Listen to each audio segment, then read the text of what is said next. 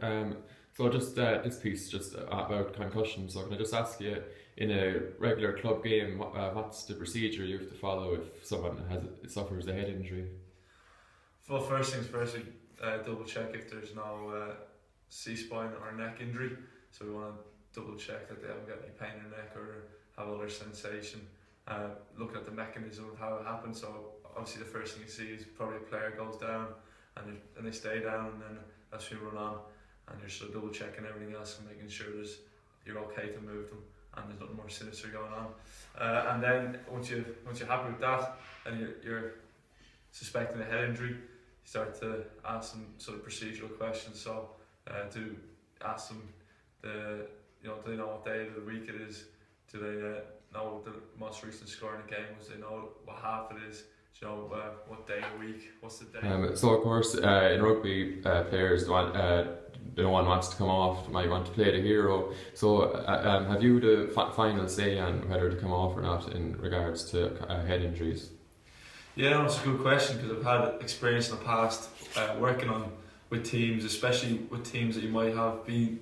So you're coming in as an outsider, it's a one-off job, and you have to work with guys you don't really know so well, and haven't built up that rapport, that trust. And I've had occasions where a guy's been clearly concussed, and you're asking to leave the field, physically trying to make them move off the field, and they're just completely flat out refusing, and they're continuing to play.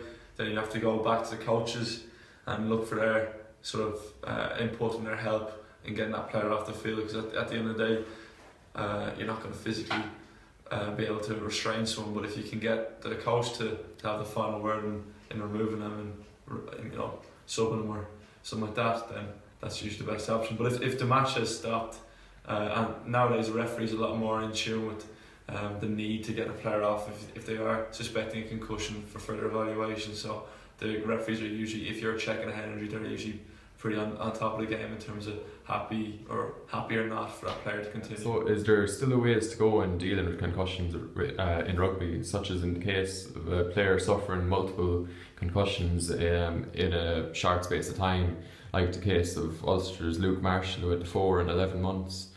Should it be like a mandatory period out, regardless what the tests say, when there's multiple ones suffered in a short period?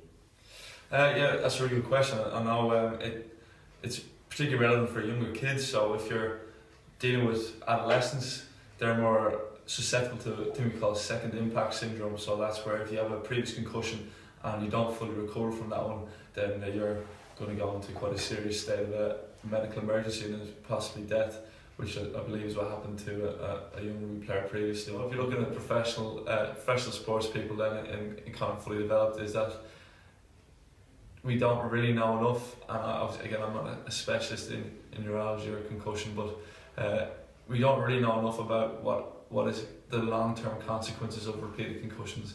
And I think that's something that's coming more and more to light with the evidence over in America.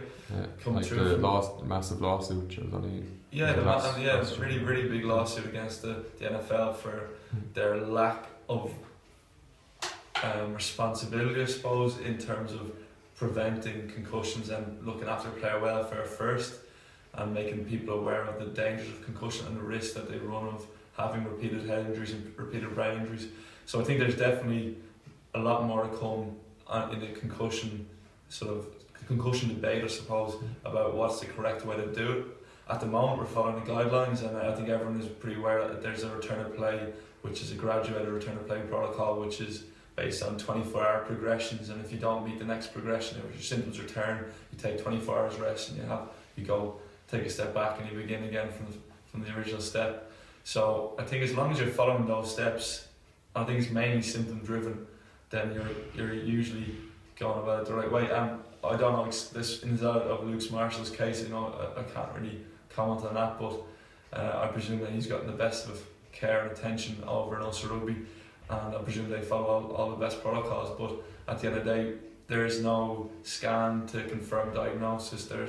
There's no investigations you can do to rule out or rule in a concussion. It's primarily symptom based. So as long as you're managing the symptoms and your treatment is based on the symptoms and your recovery is based on those symptoms again, then I think that's the best we can do for the moment until we know a little bit more about it. But like I say, I think it's something that's in development, debate.